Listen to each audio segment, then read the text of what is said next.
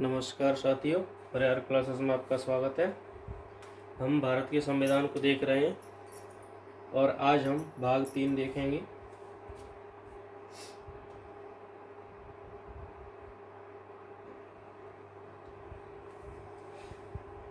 इसका नाम है मूल अधिकार।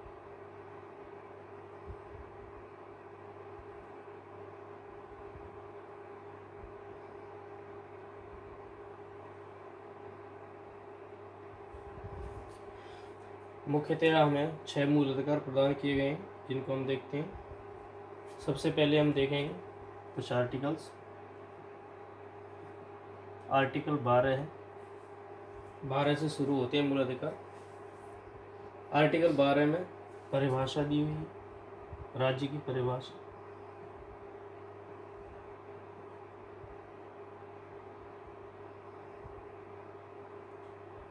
राज्य अर्थात इसमें भारत सरकार होगी।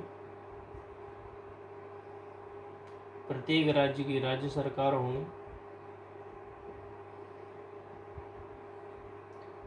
प्रत्येक सहकारी समितियां होंगी, सहकारी समितियां नहीं,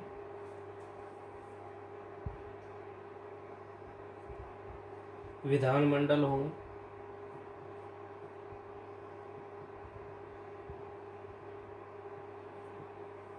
इसके अलावा स्थानीय एवं अन्य प्राधिकारी होंगे।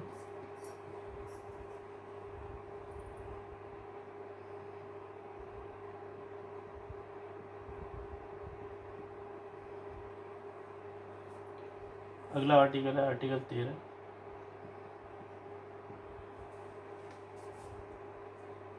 आर्टिकल 13 का नाम है मूल अधिकारों से असंगत एवं उनके अल्पीकरण करने वाली विधियां।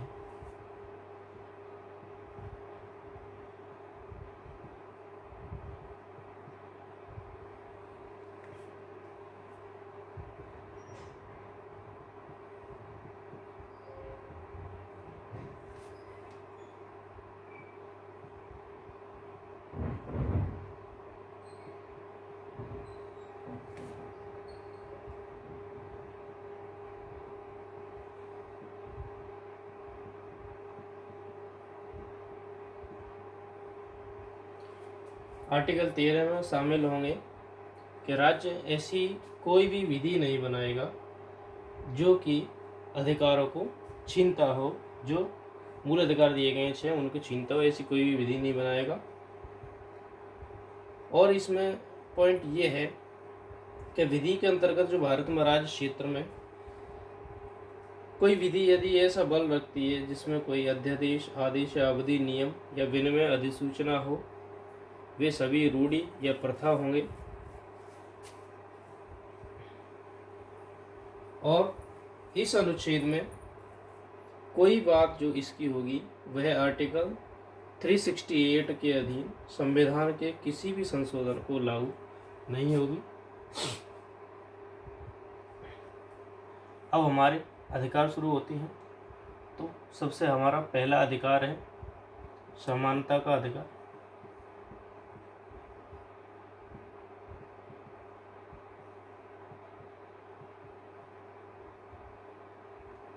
समानता के अधिकार में बहुत सारे आर्टिकल दिए हुए हैं और अधिकार दिए हुए हैं। सबसे पहला है विधि के समक्ष समानता का अधिकार, आर्टिकल 14।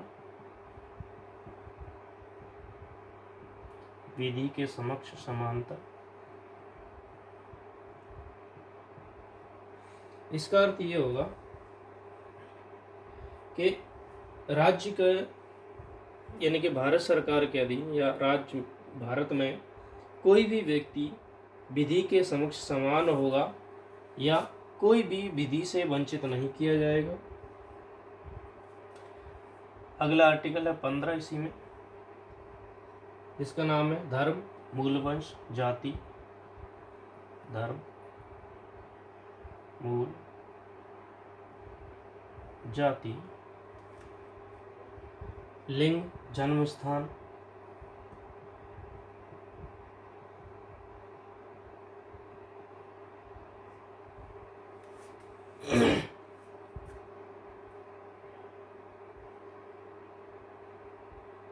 भेदभाव नहीं। अर्थात भारत में किसी भी व्यक्ति के साथ धर्म के आधार पर या उसके मूल स्थान के आधार पर, जाति के आधार पर या उसके लिंग के आधार पर या उसके जन्म स्थान के आधार पर उसके साथ कोई भी भेदभाव नहीं किया जाएगा। 16वां आर्टिकल है लोक नियोजन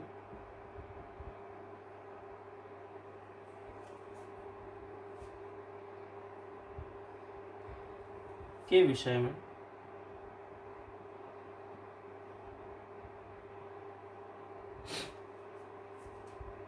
अवसर की समानता,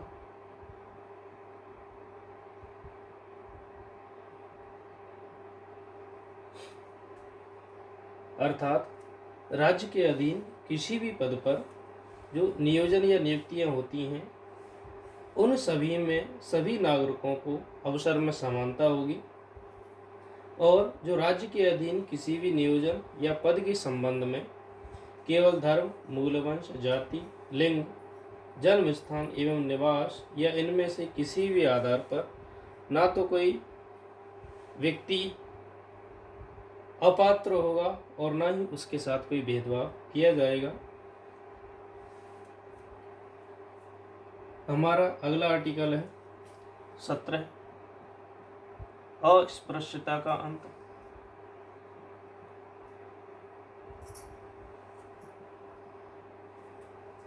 आर्टिकल 17 के अंतर्गत अस्पृश्यता का यानी कि छुआछूत का अंत किया जाता है और उसका किसी भी रूप में आचरण निषिद्ध किया गया है। अस्पृश्यता से उपजी किसी भी जो निर्योग्यता को लागू करना अपराध माना जाएगा। अगला आर्टिकल है, मैं यहाँ लिख रहा हूँ 18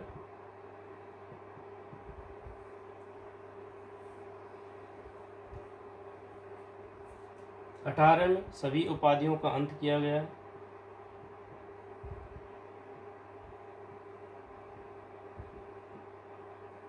अर्थात राज्य, सेना या विद्या संबंधी सम्मान के सिवाय कोई भी उपाधि प्रदान नहीं करेगा। केवल हम उपाधि ले सकते हैं, कौन सी ले सकते हैं? या तो राज्य की ले सकते हैं या सेना की ले सकते हैं या विद्या से संबंधित ले सकते हैं। इनके अलावा कोई भी उपाधि लेना मूल अधिकार से बाहर होगा। भारत का कोई नागरिक किसी विदेशी राज्य से कोई उपाधि स्वीकार नहीं करेगा, यानी कि हम विदेशों से भी कोई उपाधि नहीं ले सकती हैं जब तक यहाँ के नागरिक होंगे तब तक। अगला पॉइंट है, कोई भी व्यक्ति जो कि भारत का नागरिक नहीं है राज्य के अधीन लाभ या विश्वास के किसी पद को धारण करते हुए किसी विदेशी राज्य से कोई उपाधि राष्ट्रपति की सहमति के बिना नहीं ले सकता है। और इसमें चौथा पॉइंट है कि राज्य के अधीन लाभ या विश्वास का पद धारण करने वाला कोई व्यक्ति किसी विदेशी राज्य या उसके अधीन किसी रूप में कोई भेंट, उपलब्धि या पद राष्ट्रपति की सहमति के बिना स्वीकार नहीं कर सकता है। अर्थात विदेशों से यदि कोई लाभ मिलता है तो उसके लिए हमें राष्ट्रपति की परमिशन लेनी पड़ेगी। चलिए हम अपने अगले अधिकार को देखते हैं। हमारा दूसरा अधिकार है स्वतंत्रता का अधिकार, नंबर 2।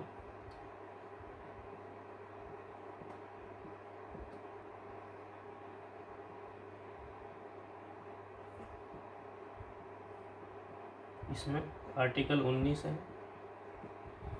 19 में दिया गया है वाक स्वतंत्रता आदि कुछ अधिकारों का संरक्षण।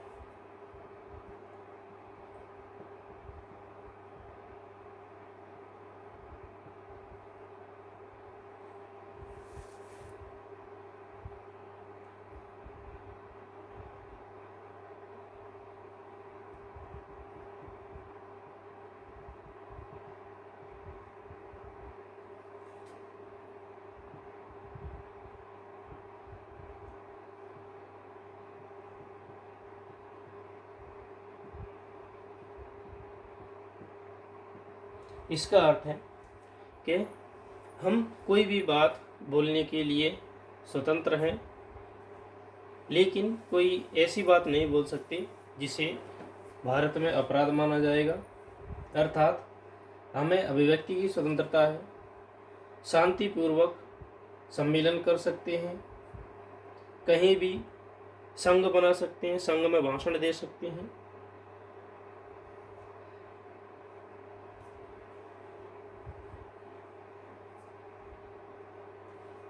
अगला आर्टिकल है 20 में दिया है अपराधों के लिए दोष संधि के संबंध में संरक्षण।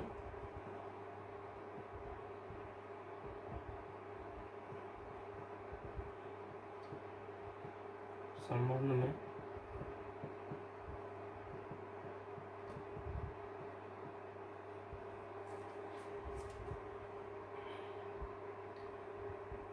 दोष सिद्धि के लिए के संरक्षण,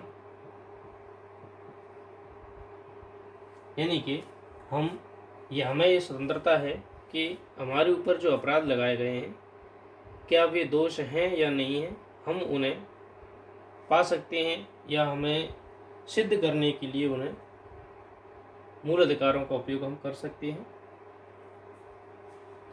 अगला आर्टिकल है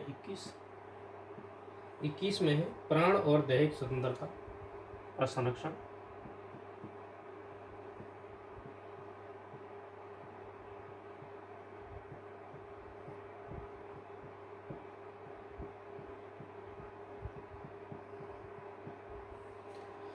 इसका अर्थ यह है कि किसी व्यक्ति को उसके प्राण या दैहिक स्वतंत्रता से विधि द्वारा स्थापित प्रक्रिया के अनुसार वंचित किया जाएगा, अन्यथा नहीं।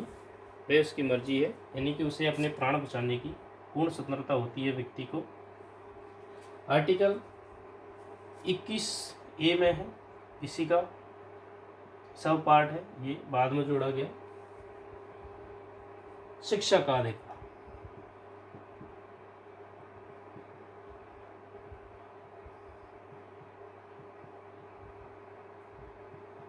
RTE।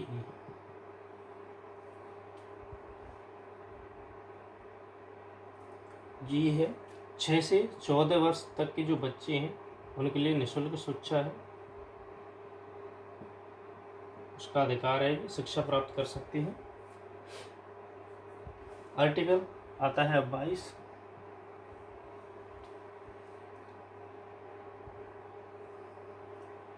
कुछ दशाओं में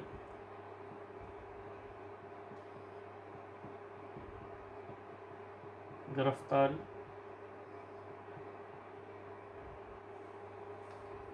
और निरोध से संरक्षण।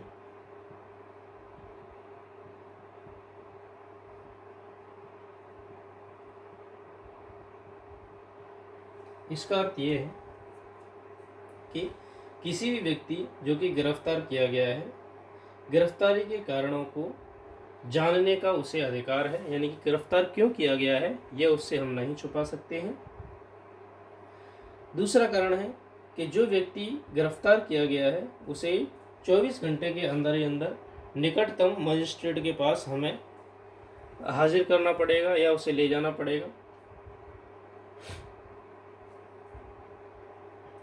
अगली बात है इसमें, जो निवारक निरोध उपबंध करने वाली कोई भी विधि व्यक्ति की 3 मास से अधिक अवधि के लिए निरुद्ध किया जाना प्रतिकृत नहीं करेगी, यानी कि किसी को हम अंडरग्राउंड कर सकते हैं या उसे कहीं जाने के लिए रोक सकते हैं तो वो केवल 3 महीने तक रोक सकते हैं, उससे ज़्यादा हम नहीं रोक सकते हैं।